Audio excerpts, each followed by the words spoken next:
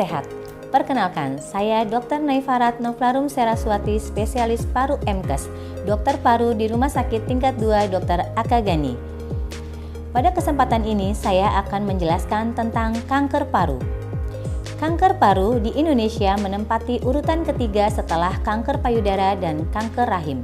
Kanker paru lebih sering terjadi pada laki-laki yang berusia lebih dari 50 tahun. Kanker paru adalah penyakit keganasan pada jaringan paru. Kanker paru terjadi apabila sel dalam jaringan paru tumbuh secara tidak terkendali dan tidak normal. Kanker paru terdiri dari kanker paru primer dan kanker paru metastasis. Kanker paru primer adalah keganasan pada jaringan paru itu sendiri. Kanker paru metastasis adalah keganasan dari organ lain yang menyebar ke paru. Bagaimanakah gejala kanker paru? Pada tahap awal, kanker paru tidak menimbulkan gejala, biasanya terdeteksi saat medical check-up. Pada tahap lanjut akan menimbulkan gejala seperti batuk, batuk disertai darah, sesak nafas, nyeri dada, berat badan turun, sulit menelan, suara serak, dan adanya benjolan di leher. Segera konsultasikan ke rumah sakit apabila timbul gejala tersebut untuk pemeriksaan lebih lanjut. Diagnosis kanker paru, yang pertama kita lakukan anamnesis apakah ditemukan gejala-gejala kanker paru, lalu kita lakukan pemeriksaan fisik apakah ditemukan kelainan.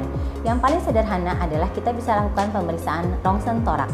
Jika ditemukan ke arah tumor paru, kita lakukan pemeriksaan lebih lanjut dengan CT scan torak.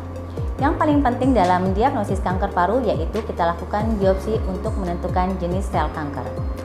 Bagaimanakah pengobatan kanker paru? Pada tahap awal atau dini kita bisa melakukan operasi.